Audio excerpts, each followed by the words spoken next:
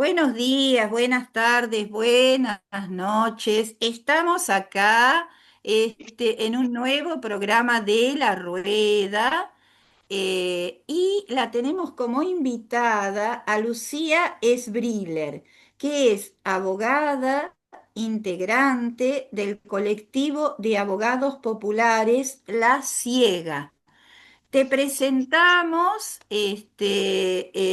Lucía, al equipo que conforma el programa de La Rueda. Bueno, yo soy Liliana Dulbeco, soy psicóloga, profesora jubilada. Está Luisa Aded, que es también jubilada, directora, continúa trabajando en educación de adultos. Está Marta González, que es psicóloga, Claudio Maraviglia, que es economista, también profesor jubilado de la UBA, Clelia Gómez, que es directora jubilada. Así que bueno, este es el panel que nos acompaña, con reflexiones, con preguntas. Y hoy te habíamos convocado especialmente a instancias del profesor Sánchez, profesor de historia, Walter Sánchez, para hablar específicamente del tema de la represión que está llevando este gobierno adelante desde que asumió. Entonces, ya ha recorrido un largo camino el tema de la represión, desde el protocolo antipiquete, las denuncias promovidas por altoparlante en las estaciones de trenes, de subtes, para delatar a gente, hasta lo último que salió, entre comillas, habrá policías encubiertos en redes sociales y chats. Hablamos del espionaje digital y las detenciones sin orden judicial. ¿Nos podés comentar un poquito todo este avance represivo? ¿Cómo lo ven ustedes? Y para la audiencia, para que se entere de cómo se modifican las cosas en la vida cotidiana. Bueno, ya estamos acostumbrados a que a los jubilados hace un año y medio los apalean y los gasean reiteradamente en las movilizaciones en el Congreso, incluido este último miércoles. ¿Mm? Tal cual, por un lado, ¿cómo están? Bueno, muchas gracias por invitarme, gracias Liliana y gracias todos. Yo, bueno, comparto, o sea, es una, creo que hay como una sistematicidad en estos avances del gobierno que es muy significativa y que el otro día escuchaba que una compañera decía que todo este ajuste, que parece que solo que la gente está de acuerdo, que en las redes sociales se dice no sé qué o qué sé yo, que todo este ajuste en nuestro pueblo, que es un pueblo que resiste, que tiene una gran historia de lucha, no iba a pasar sin toda esta represión, ¿no? Y me parece que un poco va por ahí, como que efectivamente es la represión que hizo falta para un ajuste que es muy inmenso y que también por suerte, no, por suerte no, por la inmensa fortaleza de las compañeras y los compañeros en la calle, no nos ha doblegado, ¿no? Digo, hoy decía esto de los jubilados, la verdad que hay como un ensañamiento feroz con los jubilados, no solo por estos salarios de miseria que están pagando las jubilaciones, ni por el recorte en medicamentos y en acceso a un montón de servicios, sino esto de sistemáticamente las represiones en la plaza. Y vemos por otro lado la insistencia tan digna, ¿no? De esa participación todos los miércoles en ese espacio y que ha generado incluso que muchos otros colectivos se acerquen a acompañar eh, esos procesos. Realmente yo creo que bueno, eso, que hay como contracara de la represión una inmensa dignidad de nuestro pueblo de mantenerse en lucha. Pero lo que decía al principio, creo que la represión es un intento de que todo este ajuste pase sin resistencia popular. Y ahí distintas cosas, ¿no? Como por un lado pienso en estas denuncias que decías vos que se hacían por altoparlantes, ya, me acuerdo en la marcha del 20 de diciembre, del primer año que asumieron, como que las estaciones de tren parecían bueno, una película distópica, no sé cómo decirlo con esto de, bueno, si marchás, te van a sacar el programa, podés denunciar. Ellos rehabilitan y le dan una nueva forma a esta línea telefónica para hacer denuncias, que efectivamente pocos días después llevan a las comisarías, a las fiscalías muchísimas denuncias anónimas, que un llamado por teléfono, digo, que tienen muy poca solidez, y a partir de eso inician un montón de investigaciones penales a compañeras y compañeros que han sido personas que se organizan por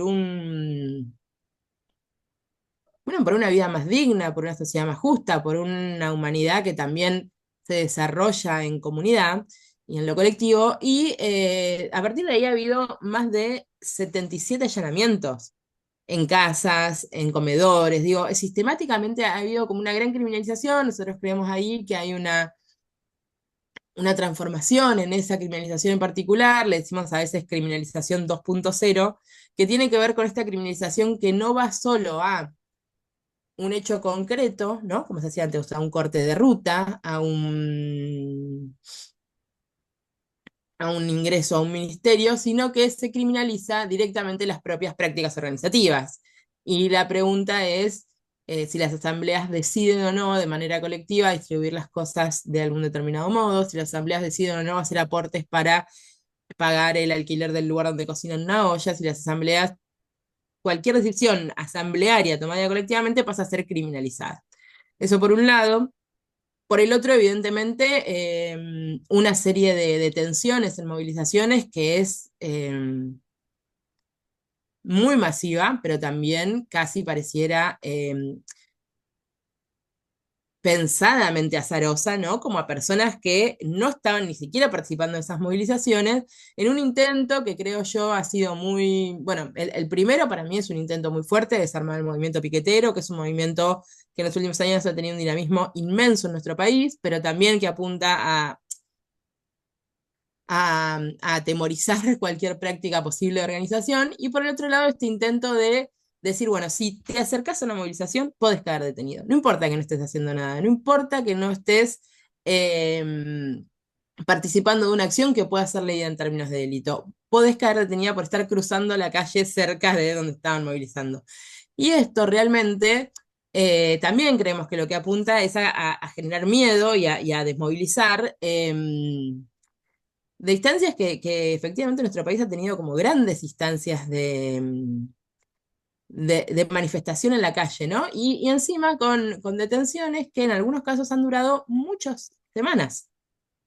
Y que entonces como entiendo que hay ahí también como un avance de eso, de intentar sembrar un miedo. Yo creo que estos avances legislativos con leyes que ni siquiera son leyes, ¿no? Con normativas como de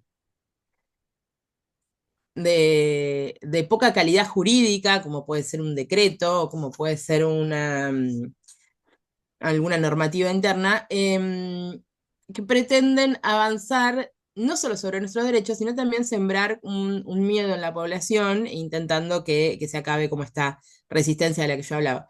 Y ahí, bueno, yo creo que nos toca una doble tarea. Nosotras desde La Ciega hemos construido lo que le llamamos un librito que llamamos Manual Antirrepresivo, que lo pueden descargar en nuestra página de Instagram, está ahí disponible para todas sin necesidad de comprarlo, que un poco tiene como esa doble tarea. Sin duda tenemos que construir herramientas para cuidarnos, sin duda tenemos que pensar cuáles son las mejores formas de preservarnos y protegernos frente a esta avanzada, pero no, pero ese cuidado no puede ser sacarnos de las calles, ¿no? El cuidado no es cada una como pueda, sino que es colectivo y tiene que ser un cuidado que también nos ayude a vencer el miedo y seguir en estas líneas de resistencia, ¿no? A que ese terror que quieren infundir no gane. Ujú. Lucía, te hago una pregunta. ¿Nos contás un poquito qué es la ciega para la audiencia y para nosotras? Y si Sí, cómo también no. nos podés contar cómo cuidarnos, ¿no? ¿Cuáles serían las medidas que tendríamos que tomar también en el espacio digital, ¿no? Re. Em, bueno, La Ciega es un colectivo de abogados populares que existe desde el 2000, yo diría 10, desde el 2007, estamos cerca de cumplir 20 años ya, em, y que durante muchos años nos hemos organizado, que tiene compañeros en varias ciudades del país, muchas de nosotros estamos en La Plata, y que un poco intenta apuntar a poner a disposición de las luchas populares las herramientas jurídicas. Y esto lo hacemos de los modos más diversos. Digo, una podría pensar en estrategias de querellantes, de participación judicial en procesos legales, pero lo cierto es que nosotros hacemos, por ejemplo, un seminario en la Facultad de Derecho, que ya es como la edición 12 o 13, para acompañar los procesos de formación de las compañeras y los compañeros que son estudiantes de abogacía. Hacemos talleres en los barrios también para que conozcamos cuáles son nuestros derechos. Hacemos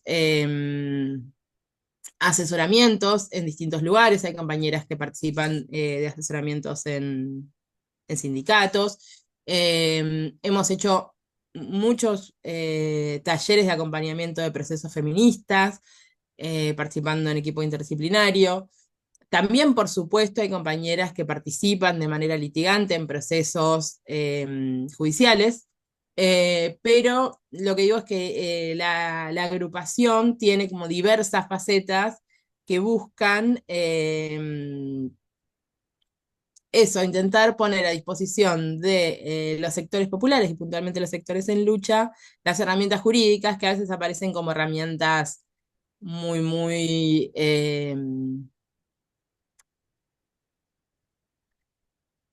lejanas y que sentimos que efectivamente son normas que regulan sobre nosotros y que a partir de ahí es importante que podamos conocerlas e intentar como en las grietas usarlas a nuestro favor, ¿no? Digo, hay una enorme cantidad de legislación que respalda nuestros derechos y que respalda los derechos por los que se lucha, y a veces también es cuestión de ponerlos en valor simplemente. Entonces, en todas esas distintas actividades participamos, muchas veces nos invitan a seminarios, a talleres de otros espacios. Y un poco esa es nuestra participación, o no sé, pienso ahora el libro este que sacamos, es el tercer libro que tenemos, y que también tiene que ver con una cuestión de difusión de algunas herramientas en el ámbito de lo jurídico, algunas herramientas que son eh, jurídicas, pero también militantes, o por ahí sobre todo militantes. Y con esto de cómo cuidarnos, que me decías, Liliana, creo que, que hay muchas cosas para pensar, ¿no? Y que sin dudas no se nos ocurren a nosotras ahora, simplemente esta es una compilación, pero son cosas que se vienen pensando hace bastante tiempo por las organizaciones populares. Pienso que siempre es importante que cuando una va a una movilización, estar comunicada, que tus compañeras sepan dónde estás, que puedas ir con personas, que haya una persona que nosotras llamamos pie telefónico que pueda encargarse de enterarse si todas volvemos bien a nuestras casas, que le dejemos los datos de contacto, que vayamos con el celular con carga y con ropa cómoda, en la que nos sintamos bien.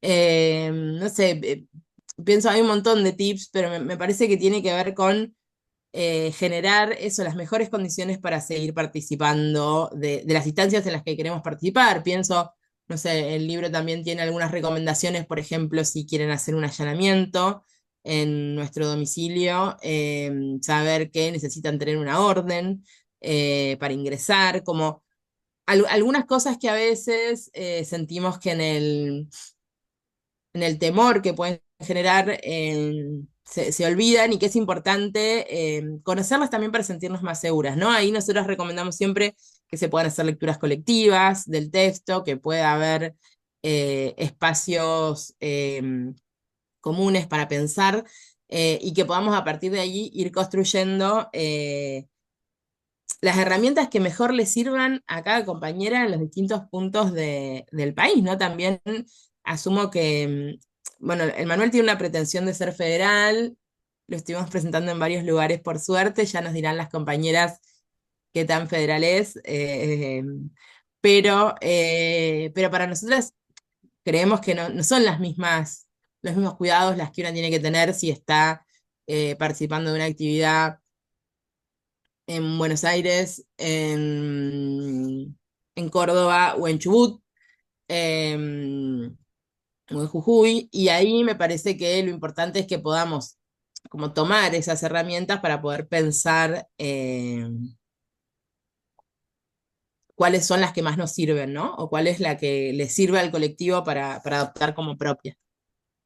Bueno, gracias. Y en el ámbito digital, todo esto que es bastante nuevo, ¿hay recomendaciones? Yo creo que ese no es del todo nuestro ámbito. Algunas tenemos, sí, que tienen que ver sobre todo con, bueno, con dar estos procesos de ciberpatrullaje, la verdad es que son bastante terribles y se presentan como muy atemorizantes. Sí creemos que hay que tener cuidado con ser conscientes del uso de las redes sociales, saber que, por supuesto, lo mismo, ¿no? Son una herramienta que es muy valiosa y no desde el miedo, pero sí un lugar de saber cuáles son las cosas que compartimos ahí, tal vez tener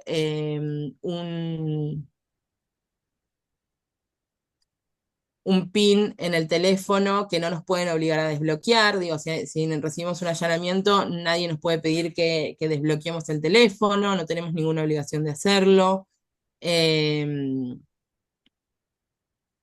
no sé, seguramente hay compañeros que están pensando esto mucho más específicamente. Sí creo que por ahí es solo algunos pequeños criterios de que nuestro teléfono, que a veces lo tomamos como algo muy privado, no lo es tanto, y que es importante que tengamos esa conciencia a la hora de decidir cómo usarlo. Ujú.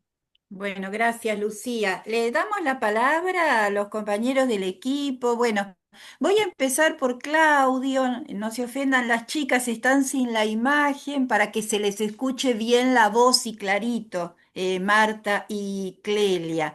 Claudio estuvo en la movilización de al día de ayer que se hizo en defensa de la salud pública, guiada y con a la cabeza del Garraham, que ha venido sufriendo un montón de ataques en estos últimos meses, bueno, los cuales los hemos ido pasando en programas anteriores, con reportaje a los integrantes del Hospital Garrahan, en especial Gerardo Oroz, que nos acompañó en dos programas contándonos todo este tema de las residencias, del cambio a becas, que es una palabra tergiversada, porque no son becas, es una precarización laboral directamente. Le pusieron la palabra beca y no es una beca.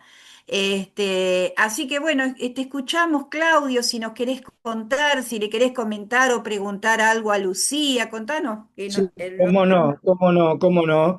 Este, bueno, el tema tuyo, Lucía, es justamente la represión y el miedo que tenemos en la calle, los problemas de cómo nos reprimen. Yo en eso tengo una larga experiencia del lado no de golpeador, sino de golpeado, porque hace ya 10 años que yo estoy en la Unión de Trabajadores Jubilados en Lucha, que vamos todos los miércoles. Eh, el miércoles anterior a esta marcha, este miércoles último, nosotros teníamos programado y habíamos llamado a una marcha contra la represión, que la levantamos para hacerla la próxima semana.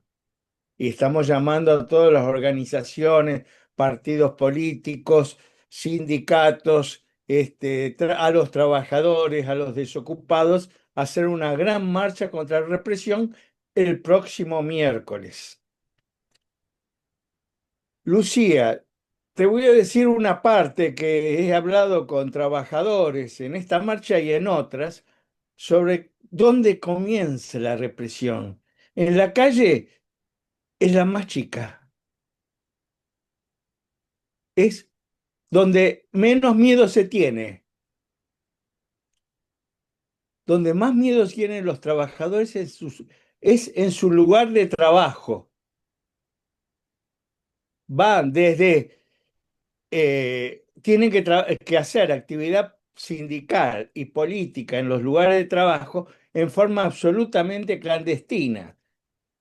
Los delegados de la CGT y de la CTA, cuando ven que alguien está fomentando ir a alguna marcha o cosas así, son denunciados ante la patronal, los cuales toman, por ejemplo, medidas de traslado, suspensión y hasta despidos del lugar de trabajo, lo cual es terrible.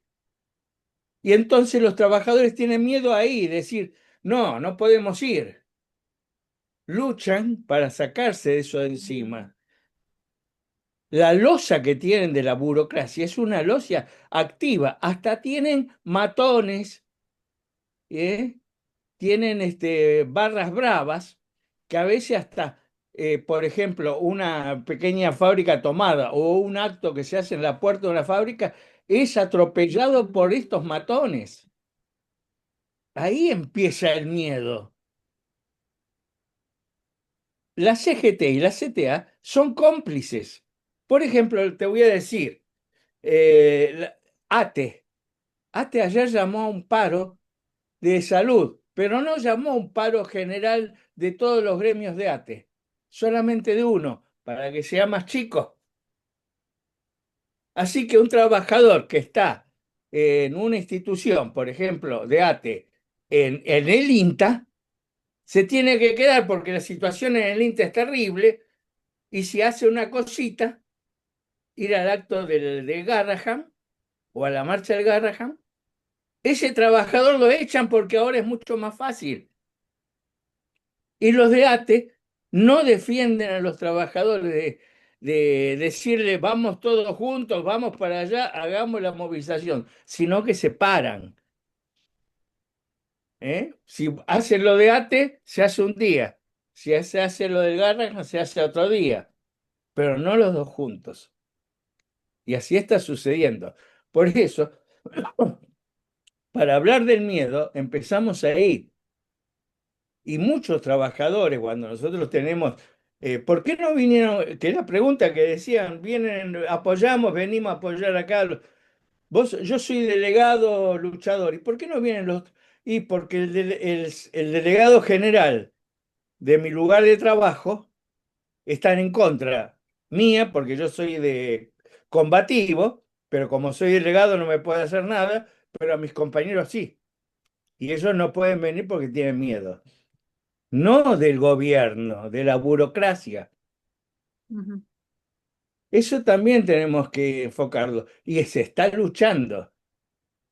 Los trabajadores tienen mucha experiencia y cada vez más están los delegados combativos, los sindicalistas combativos, organizaciones, todo en forma clandestina, hasta superar o echar o dejar de lado al delegado que es un alcahuete de la patronal y que es de la CGT, del peronismo. Sí, Claudio, si me permiten, muchas gracias por esto, porque es Sí, un tema muy importante. Si ustedes me permiten, porque es algo que me sucedió en esta última semana, ya le damos la palabra a Marta y a Clelia, hablando de unión personal, la UPCN, Unión Personal Civil de la Nación. Bueno, esta última semana le quitó a los monotributistas todos los sanatorios. Estoy hablando de familiar que tiene problemas de salud eh, crónicos. Bueno, o sea, prácticamente los dejó en la calle. Prácticamente los dejó en la calle, le quitó todos los sanatorios. Ellos adjudican, bueno, el empleado con el cual vos hablás, que pagan poco los monotributistas. Pero el sistema de obras sociales se supone que es un sistema solidario, porque Unión Personal de Civil de la Nación tiene los empleados estatales, tomó un montón de monotributistas y tiene Acor Salud. Andrés Rodríguez, que hace años que está de los burócratas que vos venís hablando, que son la losa que hay que sacarse de encima, Andrés Rodríguez creó una prepaga que se llama Acor Salud. O sea, dentro de los mismos trabajadores, una obra social diferenciada para los más ricos, para los del medio y para los pobres. ¿Mm? Ahora, ese sistema, todo el dinero, teóricamente, según la concepción de la obra social, va a un mismo pozo. Y es solidario porque si tenemos 20 personas, 3 se enferman y las otras 17 sostienen a los 3 que se enferman. ¿Mm? Por lo tanto, no tendría que haber diferencias en la atención.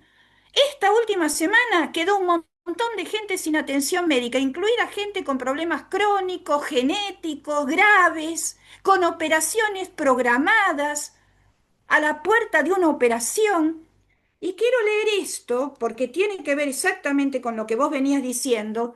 Esto ya pasó con OSBA, que es la obra social de los empleados municipales de la ciudad de Buenos Aires. Ya quedamos, fueron unos adelantados, porque Genta, Alejandro Amor y toda su séquito fueron adelantados en estos de dejar a la gente sin salud, ¿no? Sin atención en salud. Hace 3 años que OSBA prácticamente no tiene atención en salud y nos quitó todos los sanatorios, por ejemplo el CEMIC, donde se atendían montones de personas, ya lo hemos dicho muchas veces acá, porque los empleados municipales son 300.000 y ellos pretenden que se atiendan en el sanatorio municipal de Rivadavia y Acoite, que es un solo sanatorio, 300.000 personas, imposible, no existe.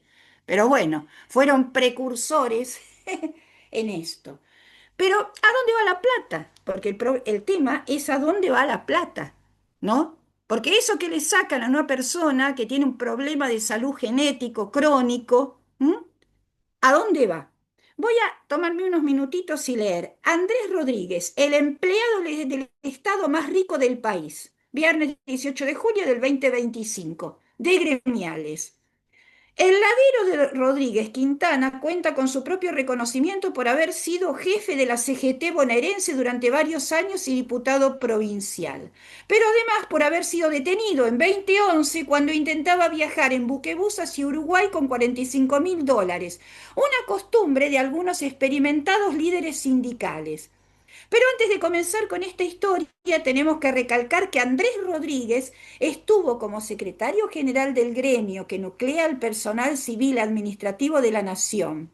En el año 1990 asumió la conducción nacional junto a Carlos Quintana y en el 2010 renovó su mandato por lista única. Se lo conoce como el Centauro por su suntuosa colección de caballos de carrera, práctica practica equitación en el Club Hípico Argentino. Es amante de los caballos, apodado el Centauro, miembro de la sociedad rural. Andrés figura entre los hombres del peronismo que desprecian lo políticamente correcto. Durante los años del Frente para la Victoria en el poder aportó el testimonio gráfico de una cartera de Louis Vuitton que exhibió sobre la mesa en una discusión sobre salarios. Pero dicen los que lo conocen que apenas es un botón de muestra. Nunca se preocupó por ocultar sus gustos caros. Al contrario, vestido de pies a cabeza con ropa de marca Polo, se suele presentar ante sus interlocutores. Andrés Rodríguez, el jefe del Sindicato de Trabajadores Estatales, la Unión Personal Civil de la Nación, UPCN, y continúa. Pero bueno, acá seguimos en la línea de lo que vos venías hablando. Esto viene de muchos años atrás y esta gente está enquistada en los sindicatos desde hace más de 40 años, manejan nuestros dineros y ahora directamente están dejando a los afiliados en la calle, pero no a los aportes, porque los aportes son obligatorios, tanto de UPCN como de OSBA. Es decir, se quedan con nuestros aportes y no nos brindan prestaciones en salud. Se ha incrementado esto en los últimos 3 años, pero viene de larga data.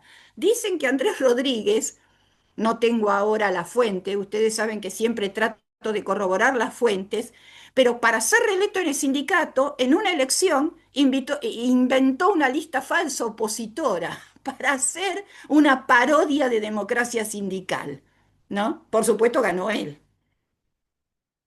Bueno, no quiero dejar de decirlo porque me afecta personalmente, pero que nos afecta a todos, en realidad nos está afectando absolutamente a todos, ¿no?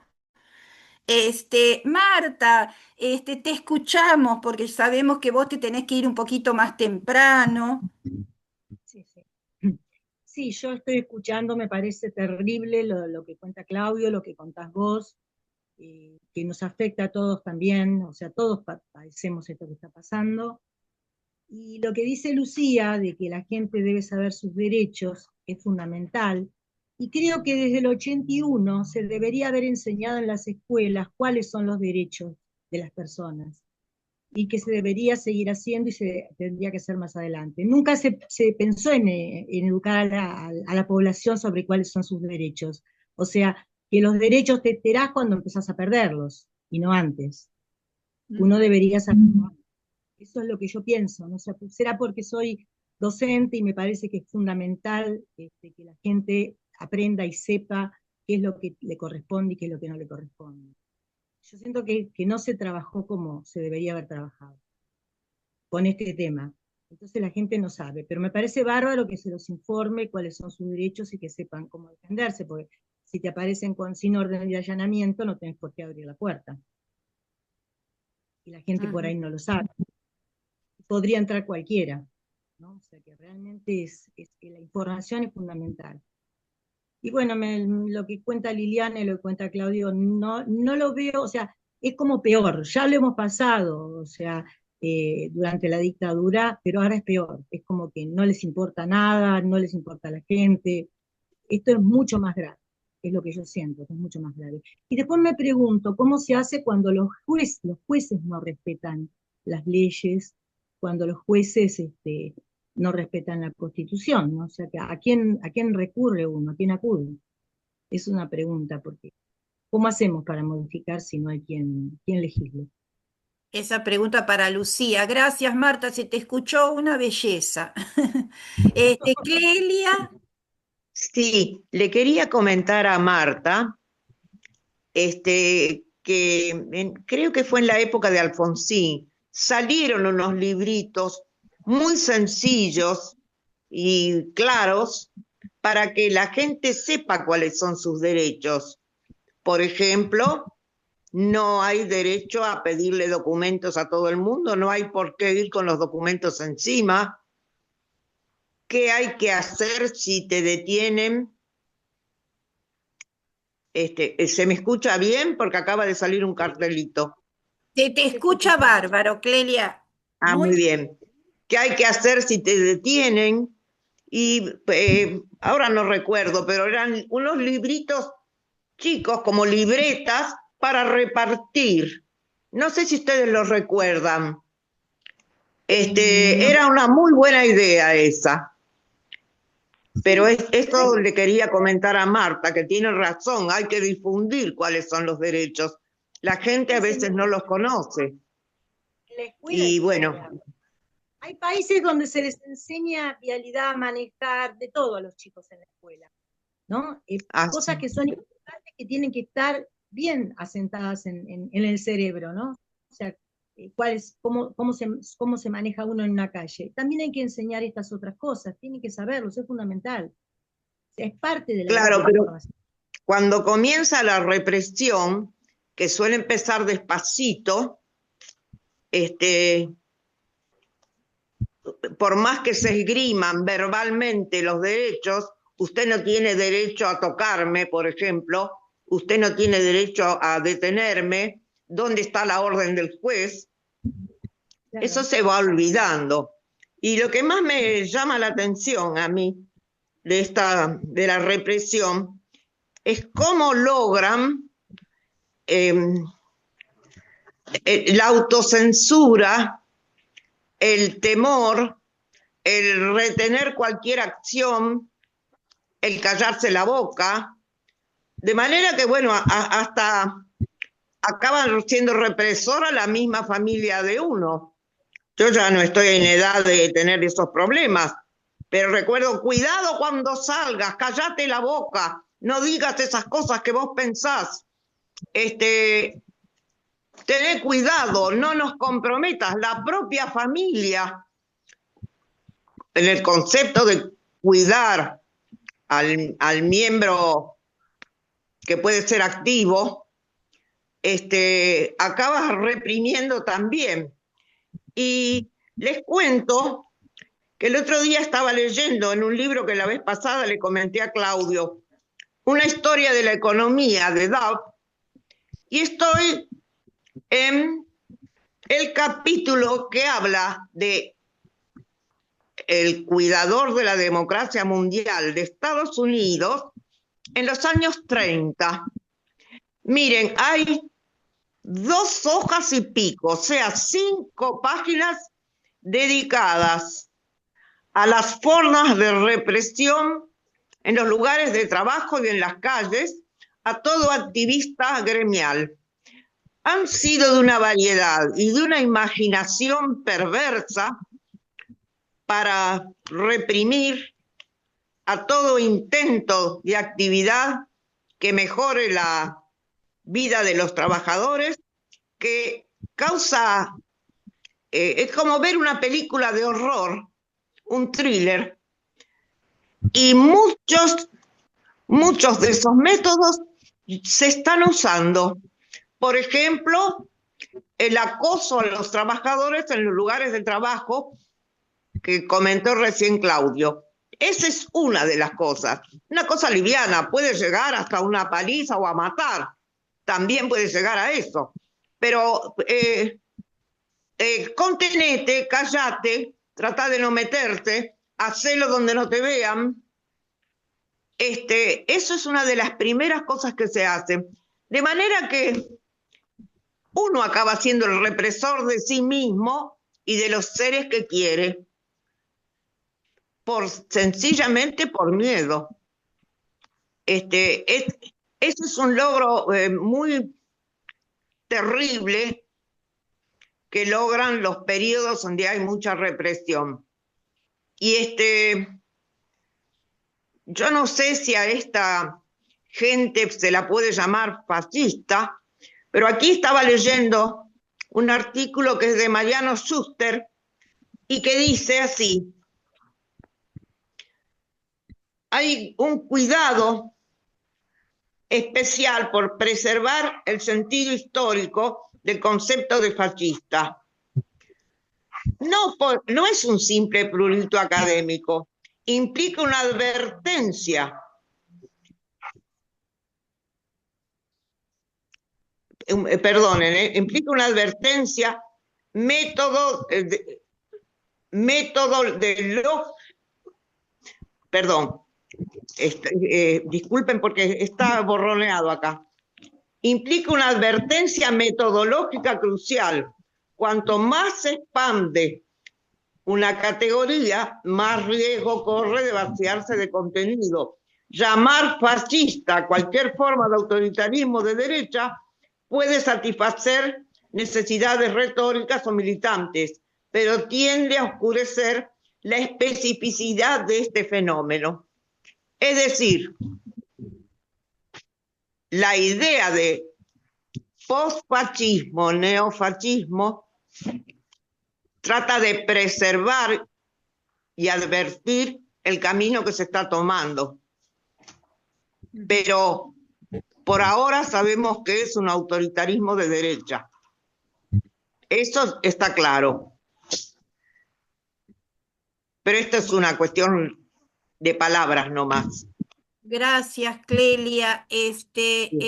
Lucía, queríamos preguntarte, bueno, ya te dejaron algunas preguntitas planteadas. ¿Cómo está nuestro sistema judicial hoy día? ¿Se puede esperar algo del sistema judicial? Esto de la autocensura que dice Clelia, es algo que nos pasa a todos. En cualquier grupo, ya desde que está este gobierno, uno puede advertir que por ahí el que está a cargo del grupo, ya sea docente, tallerista o lo que sea, es mejor no hablemos de esto porque hay una brecha y si no van a surgir las discusiones, los enfrentamientos. Entonces, a veces uno mismo, para evitar esos quiebres en los grupos, se calla, a veces es el que está a cargo del grupo el que sugiere, no hablemos de esto, pero es claro que hay una autocensura en este último año y medio que es una consecuencia de este régimen. Después lo otro lo veremos. ¿Nos querés comentar un poquito sobre estos temas? Sí, bueno, es para pensarlo lo mismo, no sé si es nuestra expertise, pero sí creo que se va instalando algo como del miedo o incluso un individualismo de que parece que cada una tiene que poder desandar por sí misma o cuidarse por sí misma frente a las cuestiones que pasan. Yo creo que es muy importante que hablemos las cosas, creo que es importante siempre establecer diálogos también con quienes están pensando diferente. Porque creo que a veces hay como posiciones y que incluso a veces se cristalizan con un voto que parecieran como que son estructuralmente diferentes y no, tal vez no es necesariamente así, sino que tiene que ver más con interpretaciones o cuestiones. Digo, hay algo muy mediatizado de nuestra vida política que me parece que amerita o que vuelve a necesitar estas conversaciones un poco más largas, ¿no? Estas conversaciones que tal vez no entran en pocos caracteres o en videos de un minuto, sino como en intentar encontrar puntos en común e incluso intentar, bueno, ustedes hablaban hoy, ¿no? De la importancia de las obras sociales, de la función de los sindicatos y demás. Creo que es importante que aparezcan estos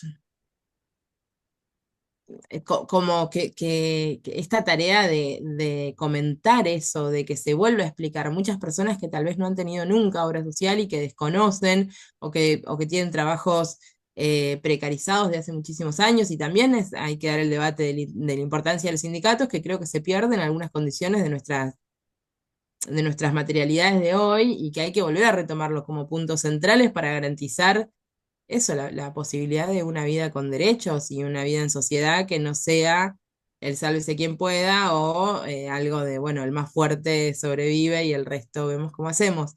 Me parece que, bueno, que creo que algo de esto de la autocensura va de la mano con esta voluntad de implantar el miedo y de que parezca que lo natural es que cada una solo se preocupe por una misma. Y creo que ahí es importante contraponer esto del otro día, un compañero decía en una charla, bueno, que lo maravilloso de la humanidad que podemos ser cuando estamos en colectivo, toda la potencia que se despliega en instancias que son más grandes que una misma, que se despliega también individualmente, ¿no? Que cada una desplegamos en esas instancias más grandes. Em, Creo que por ahí esas son como algunos lugares de los que podamos empezar a vencer esto de la autocensura, que sin dudas existe, pero siento que también hay muchas personas diciendo muchas cosas importantes, o sea, que eso todavía no es algo tan extendido, que bueno, lo decía, ¿no? Pero digo, la marcha del Garraham de ayer, la marcha de los jubilados de todos los miércoles, y un montón otras más. Yo siento que más allá de este miedo y demás, algo que no han logrado es sacar al pueblo de las calles, que eso no pasó y que sin duda era una voluntad dicha muy explícitamente por parte de distintos miembros de este gobierno.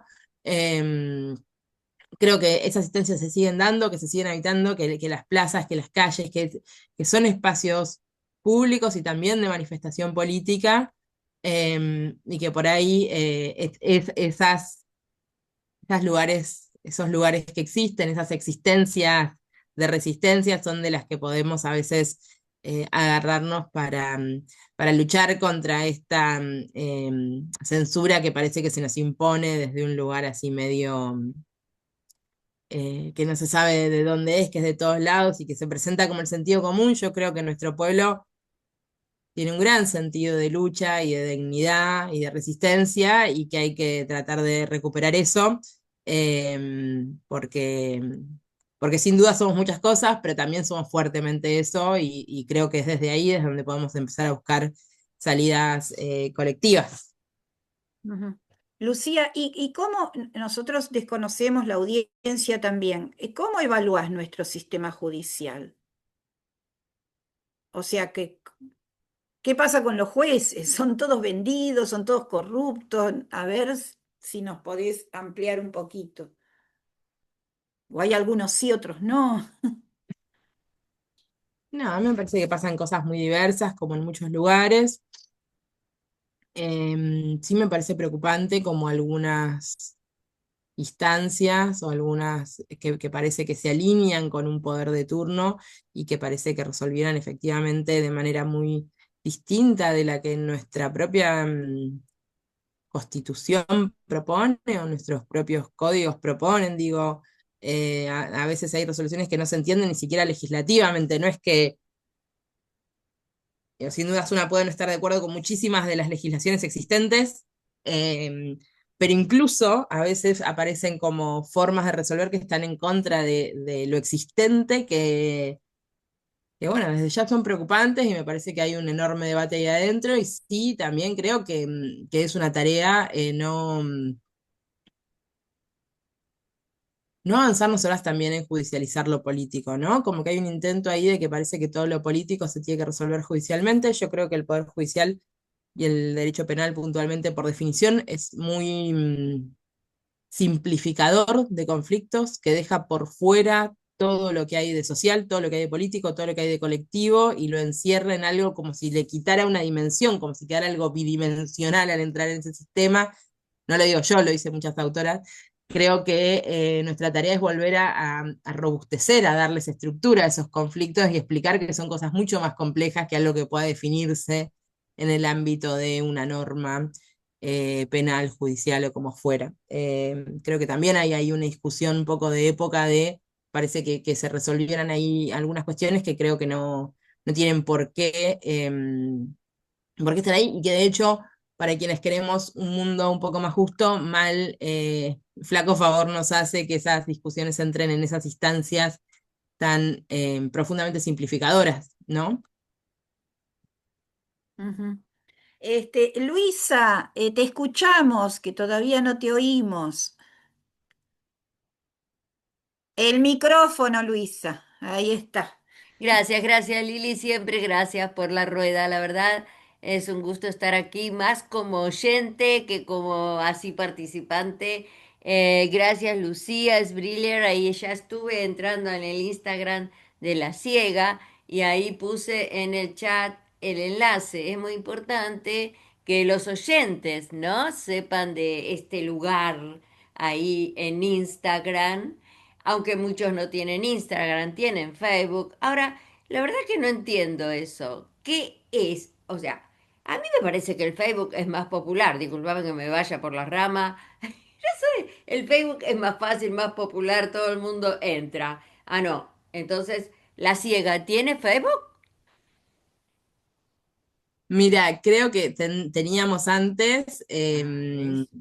y ahora creo que no está en uso. De hecho creo que no se debe poder acceder al manual ahí, pero no estoy segura, pero podemos intentar colgar el link ahí también, obviamente. Sí, es algo que yo personalmente no sé si estoy equivocado, no, pero siento que, pues, ay, hoy en día, ¿no?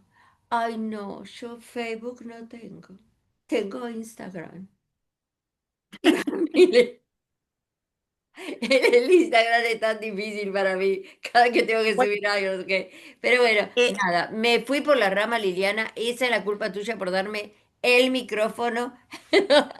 Pero gracias a la doctora Lucía Sbriller por estar. Yo siento que tu mensaje, tus charlas, deberían llegar a tantas otras personas más, ¿no? Y que esto vaya creciendo, porque hay tanta gente que no tiene información.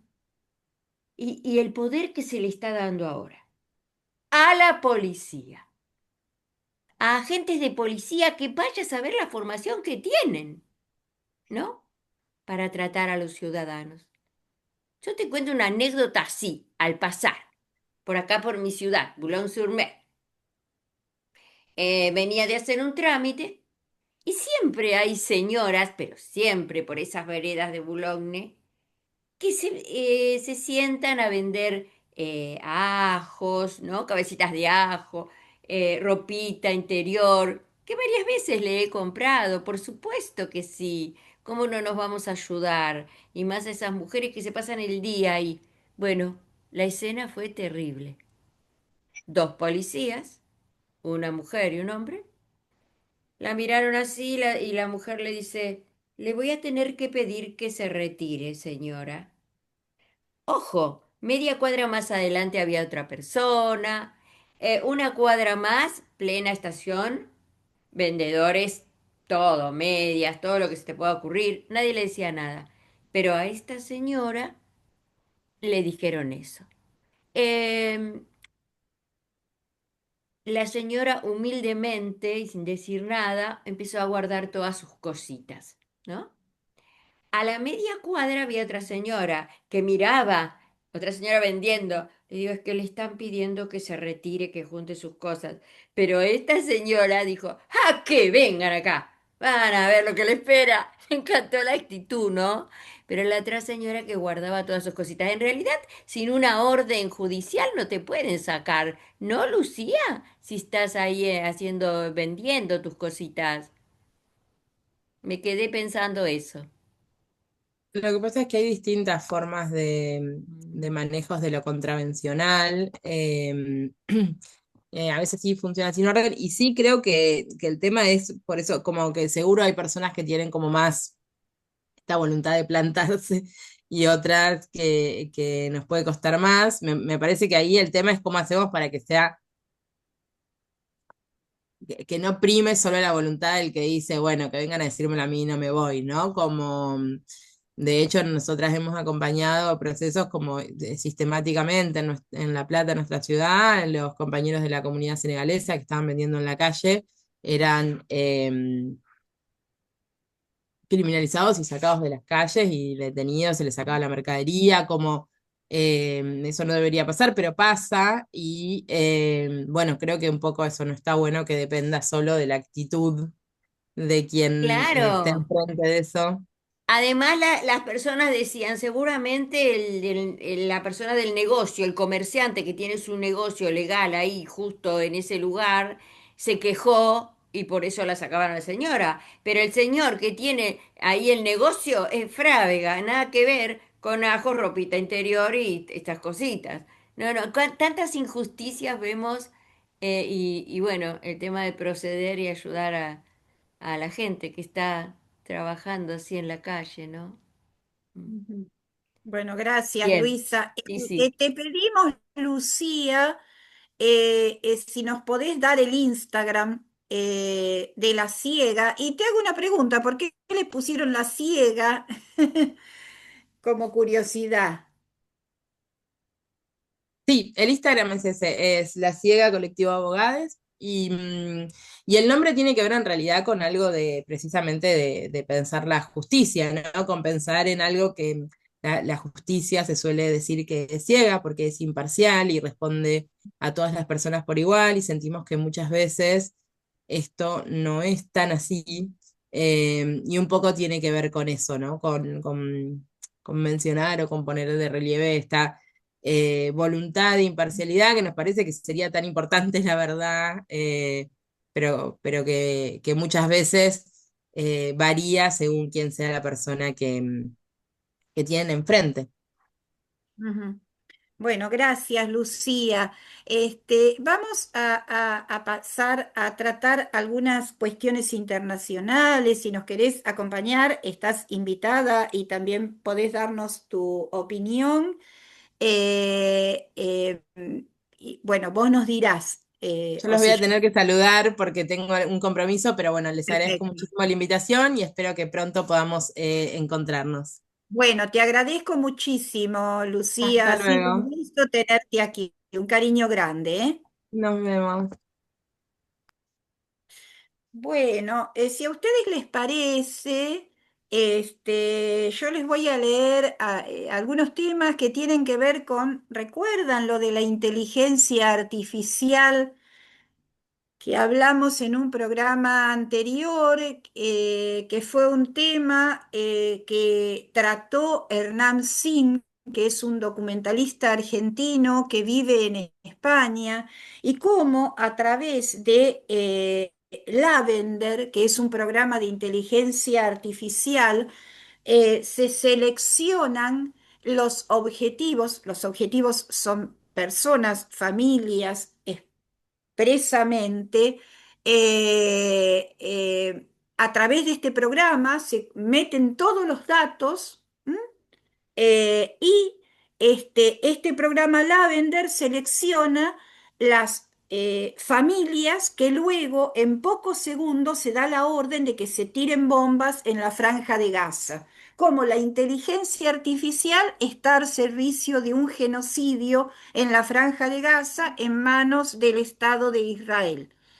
Esta noticia la sacamos, vuelvo a repetir, de Hernán Sin, que es el documentalista que hizo Nacidos en Gaza y que ahora está preparando un nuevo documental que se llama Todos somos Gaza. Y hoy quería traerles otro nuevo informe de inteligencia artificial que viene de Estados Unidos y que tiene relación con el tema de la inmigración. Hemos estado viendo en todos estos últimos meses cómo en los países en donde está la extrema derecha, Estados Unidos a la cabeza, viene realizando una expulsión de inmigrantes, los toman en la calle, los separan de sus hijitos, los deportan directamente. Acá también en Argentina, este gobierno de ultraderecha, imitando al papá yanqui, ha hecho lo mismo con un ciudadano vasco que venía a dar unas conferencias precisamente en Gaza, del aeropuerto directamente a España, y con una familia palestina que tampoco, aún teniendo todos los papeles en regla, no la dejaron ingresar a la República Argentina. Eh, Voy a mencionar en esta última semana, el 13 de julio, pasó en Torre Pacheco, Murcia, en España, un episodio espeluznante.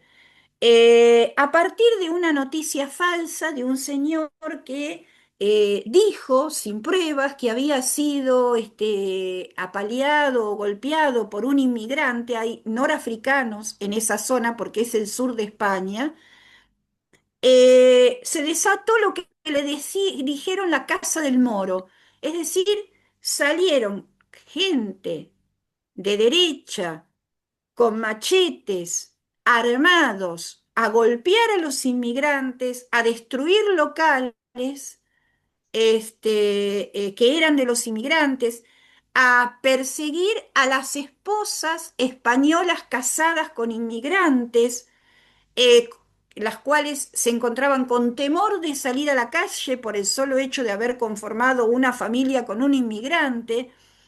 Por eso me quedé pensando en lo que Clelia decía, siempre volvemos un poquito a este tema con distintas posiciones, pero bueno, a mí me parece que a un gobierno se lo caracteriza por las ideas, y yo creo que esta gente son fascistas, ahora se les dice neofascistas o posfascistas, porque de las palabras a la y las ideas, a construir en la calle grupos de choque como estos que pasó el 13 de julio en Murcia, hay un paso. Y este es todo un proceso de construcción. Basta una noticia falsa para que estas sordas salgan a la calle a perseguir, a golpear gente. Quiero tomar un libro que es nuevo de Franco Berardi que dice, Pensar después de Gaza. Dice, no es seguro que la raza humana pueda sobrevivir a la embestida combinada de 1, el cambio climático, 2, la demencia agresiva, 3, la tecnología de inteligencia destructiva. Y voy a este último punto, la relación de la inteligencia artificial desde algunos informes eh, con las campañas de deportación de inmigrantes. Se los leo Dice lo siguiente. En Estados Unidos algo profundo está cambiando. Durante décadas los inmigrantes hicieron los trabajos que nadie más quería: limpiar casas, recoger frutas, cuidar ancianos. Eran esenciales, invisibles, pero esenciales. Hoy ese reconocimiento se desvanece. Un informe secreto lanza una advertencia inquietante. La inteligencia artificial está a punto de reconfigurar por completo el mercado laboral, ¿no? Esto, digamos, viene de los países desarrollados. Eh, digamos, es una situación que todavía acá en América Latina y en los países atrasados no vivimos. Y millones de inmigrantes podrían convertirse simplemente en descartables. Durante la pandemia, las grandes corporaciones se enfrentaron a una realidad incómoda. Sus empleados más calificados, programadores, ingenieros, abogados, pedían más, mejores sueldos, mejores condiciones. La respuesta fue clara: invertir miles de millones en inteligencia artificial. El objetivo, no ayudar, sino reemplazar. Según este informe, en menos de 10 años, la mitad de los empleos profesionales podrían ser absorbidos por la inteligencia artificial. Pero cuando los de arriba caen, arrastran a los de abajo. Médicos que se vuelven técnicos, técnicos que acaban como reponedores de supermercado, y los trabajadores menos calificados simplemente pierden su lugar. Tiene- ¿Cómo evitar un estallido social? Aquí entra el punto más crudo del informe. Ya, Alejandro, estoy en una Ah, audición espera, de Claudio, radio. cerrá el micrófono, que no, se está escuchando acá. Cerrá el micrófono. Sí, ¿Lo pudiste cerrar? sí, ahora voy.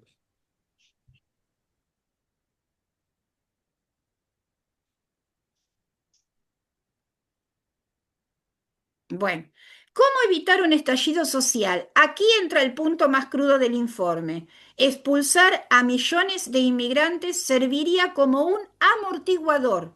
Ese sería el papel que tendría la expulsión de los inmigrantes.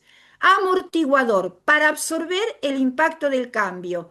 Un sacrificio funcional, dicen, no ético, no humano, funcional. Lo que antes era una fuerza de trabajo indispensable, hoy se convierte en un estorbo para el nuevo orden económico. El mismo inmigrante que sostuvo el sistema durante décadas, hoy es visto como el culpable de la inseguridad, de la falta de empleo, del malestar general. Estados Unidos se enfrenta a una encrucijada. ¿Usará la tecnología de la inteligencia artificial para liberar y humanizar, o para excluir y concentrar más poder en menos manos? La respuesta está tal vez en la naturaleza misma del ser humano y del capitalismo como sistema económico.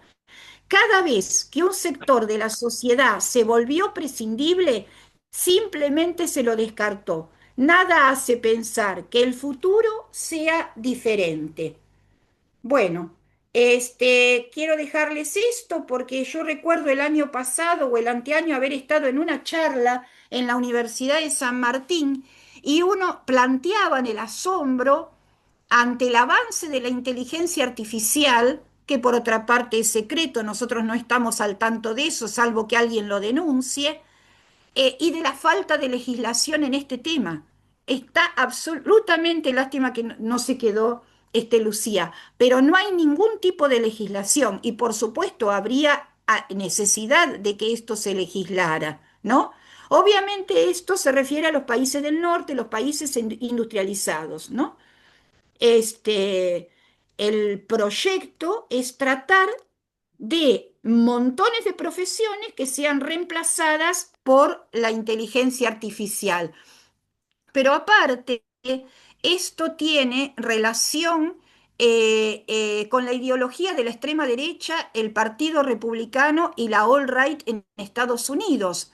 Y el proyecto que nosotros seguimos en la Argentina, cuando Milei habla de volver al siglo XIX, ellos piensan una sociedad donde no haya clase media, donde esa franja de clase media, de gente formada, de intelectuales desaparezca. Ellos piensan una sociedad de poca gente que domina, ligadas a las empresas tecnológicas, y del resto de la población que pueda subsistir nada más. Ese es su modelo de sociedad en la cabeza.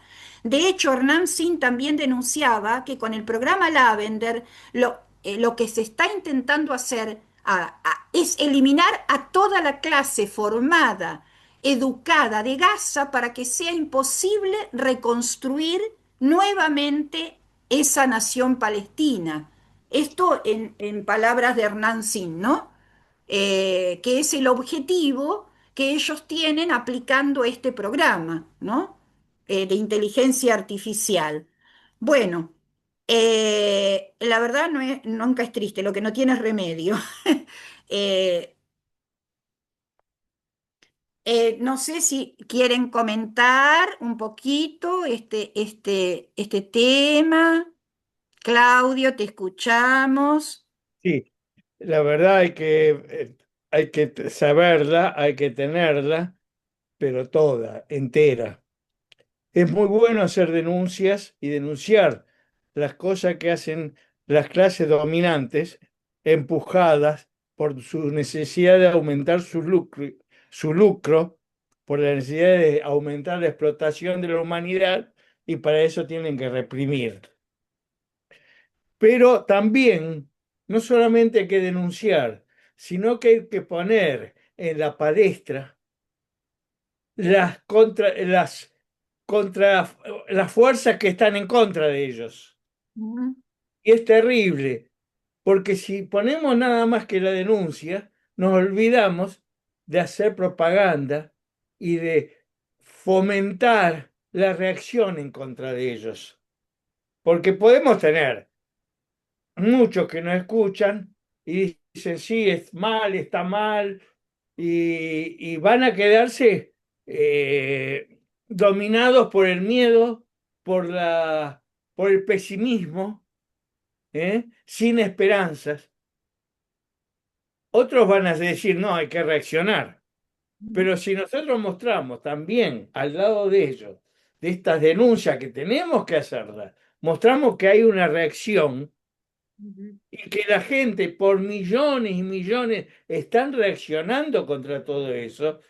No es casual que los palestinos, Gaza, sigan luchando, pero al lado de ellos están y están aumentando las reacciones en contra de todo ello, de todos los Israel. Acá ha aparecido una página en Facebook con la estrella de David y, la esvástica sobre la estrella de París, de Israel, y el grupo se llama Judíos contra el Sionismo y está en Facebook.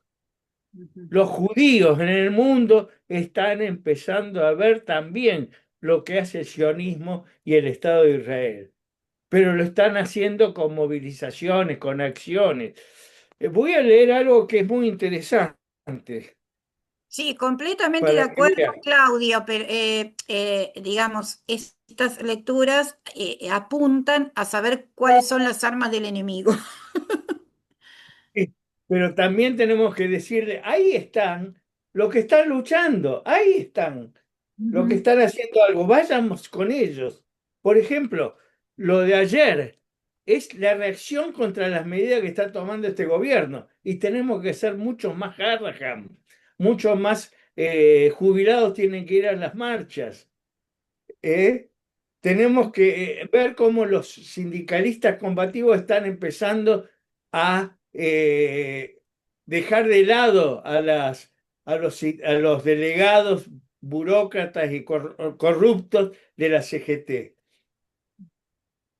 Acá hay esto le leo, el 24 de junio del 2025, Ujú. Zohran Mamdani, un asambleísta estatal demócrata de Nueva York y autodefinido socialista democrático, ganó las primarias para la alcaldía de la ciudad de Nueva York.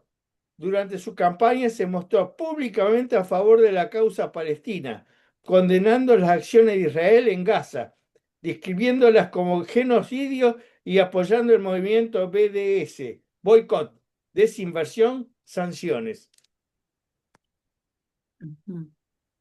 Eso es, este personaje está apareciendo y apoyado por la población en los votos porque hay grandes movilizaciones en Estados Unidos, grandes luchas. Entonces tenemos que también ser, como se dice, donde uno habla, el lugar de ese, ser la voz también que lleve a hacer la propaganda, a mostrar cómo está reaccionando la humanidad de la gente Sí, pobre, de de los acuerdo, ambas cosas. trabajadores. Lo que es importante saber las armas que tienen los poderosos.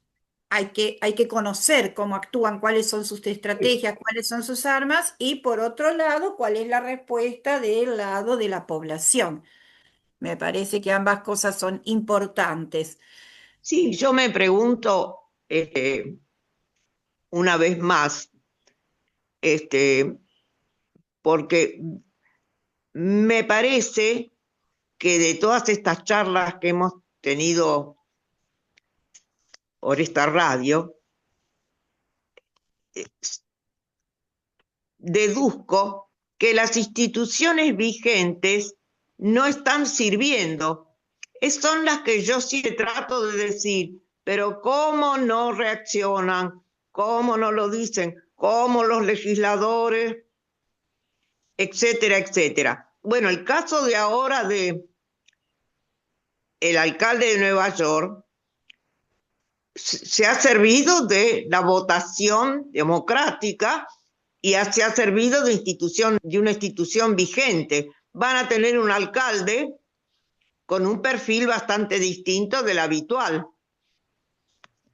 ¿No les parece? Ha servido en este caso No, ganó las primarias. a recurrir ganó solo las primarias, claro. Sí, sí, sí. Ahora hay que ver.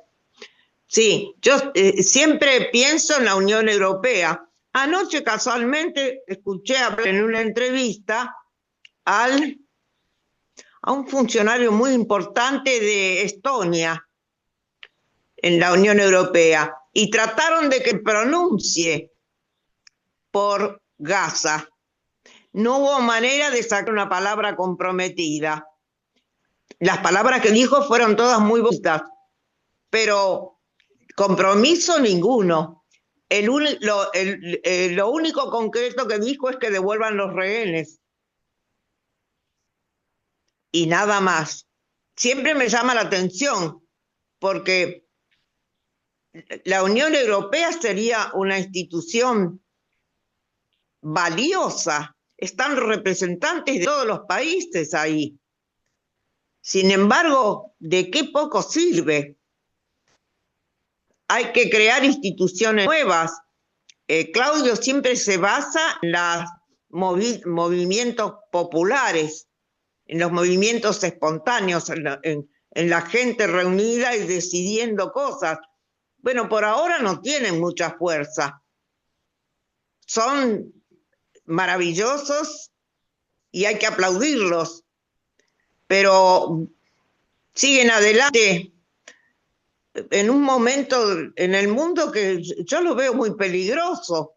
Están todos armados hasta los dientes. Han decidido que del Producto Bruto que tienen un 5%, algunos un 5 y pico con por ciento otros, hasta un 6% otros, lo dedican a las armas. Es más, hay una cosa muy cínica, porque dicen que países aunque ya había desocupación, por esto de las técnicas modernas, que necesitan menos obreros, ahora fabricando armas, tiene como positivo que resuelven un problema económico. Pero mi pregunta, que me la hago a mí misma y la hago a ustedes también, es: ¿no son confiables más las instituciones vigentes, los poderes legislativos, ejecutivo y judicial, con alguna gente bien nacida que trate de utilizar los resortes que tienen en la mano para que la sociedad funcione mejor? Mira, Clelia, yo, aparte de tu pregunta, no sé si va a tener respuesta, pero bueno, quedará abierta, ¿viste? Otra cosa que recuerdo que vos comentaste y que yo me quedé pensando en ella, no en la radio, sino en forma privada, es estos grandes avances tecnológicos. Qué pena que estén en un periodo de decadencia y de barbarie Sí, capitalista en manos de ellos. tal Porque cual. es un gran peligro. Si estuviera en manos de un gobierno de trabajadores, sería un gran avance para toda la humanidad. Pero es un gran peligro y yo no olvido la charla y la preocupación de la gente de la Universidad de San Martín, y por empezar por tratar de regular. Pero estas cosas las hacen en secreto, las hacen los dueños del poder. Es inimaginable el avance para nosotros, que somos neófitos, el avance de la tecnología y el poder de la inteligencia artificial en manos, por empezar, de la extrema derecha, ¿viste? O de los gobiernos que tenemos en este momento, ¿no? Es inimaginable, no lo podemos imaginar. Alguien se hubiera imaginado el programa Lavender, que para matar gente ahora ni siquiera necesitan sí, que en 2 segundos un soldadito dé la orden, tira la bomba ya.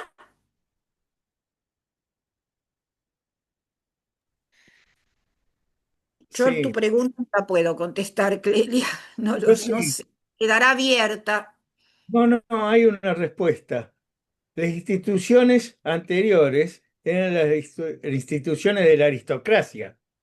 Y las instituciones que tenemos actualmente son las instituciones que se consiguieron con la revolución anticolonial de Estados Unidos y posteriormente la revolución en Francia. Y ahí Mm. vienen las instituciones que tenemos nosotros. Era la cuestión, tirar abajo las viejas instituciones feudales, aristocráticas, de los reyes, los condes, los marqueses y todos sus privilegios y fueros y además también su autoridad y sus leyes, por unas nuevas leyes ¿eh? que fueron la de los parlamentos, el parlamento, la democracia participativa. Bueno, ahora ellas quedan ya vetustas. Entonces tenemos que pensar también que en el futuro tenemos que construirlo, haciendo nuevas instituciones y nuevas formas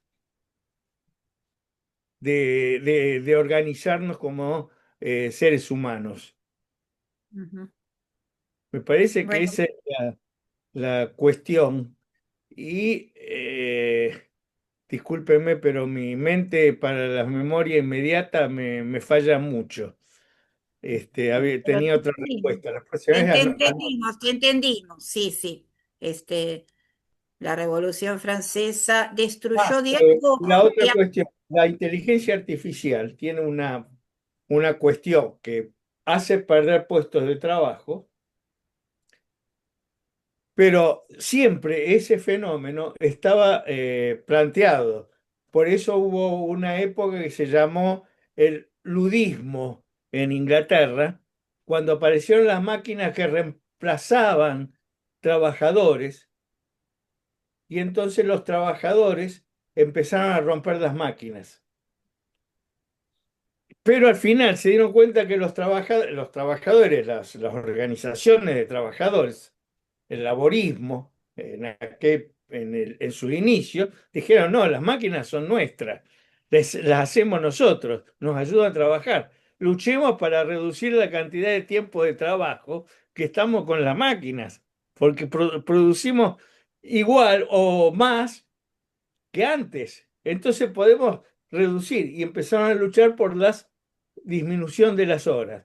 Con la inteligencia artificial pasa lo mismo, es una gran ayuda, pero tenemos que luchar para que eso sirva a los trabajadores, a los Bueno, burgueses. por ahora están en manos de los poderosos. Lo uso, ¿eh? Sí, Y sí. perdón, y todo marcha muy despacio. No se puede ser ansioso ni esperar mucho en el tramo de nuestras vidas. No, no. Irá sucediendo lentamente. La historia tiene mucho más larga duración que la vida nuestra. Sí. Me tengo que sacar de la cabeza de ver nada con los años que tengo. Bueno, Ya, Eleonora. la sucesión de revoluciones en la humanidad, desde que la humanidad empieza a crear civilizaciones, es cada vez más rápida. Ujú. Bueno, gracias, Los tiempos se Claudia. acostaron. Luisa, ¿algún comentario? Si no, ya iríamos cerrando. Todo bien, Lili. No, Bueno, seguimos. Sí. bueno, gracias. Si no hay más comentarios, hoy tuvimos un programita bastante movido. Le agradecemos a Lucía del colectivo La Ciega, abogada, que nos habló sobre la represión. Y agradecemos al equipo que nos acompañó, a la radio Conciencia Top New por cedernos el espacio y recordamos que los programas quedan en Instagram, no en Facebook. No, perdón, quedan en YouTube. Yo ya me estoy confundiendo. Ni en Instagram ni en Facebook. En YouTube quedan Bueno, que ahí ahí se está, ahí está. Ahí me gustó, ahí me gustó. pueden subir estos programas más largos y la dirección es la rueda-medio W4C. Y le agradecemos la suscripción a quien quiera ayudarnos con la difusión. Bueno, será hasta el próximo programa y recordamos que en el próximo no vamos a estar eh, porque bueno, Luisa está muy ocupada, así que no vamos a poder grabar y vamos a pasar directamente para el viernes siguiente. 25 de julio no vamos a estar. ¿Mm? Muy bien, listo. Bye.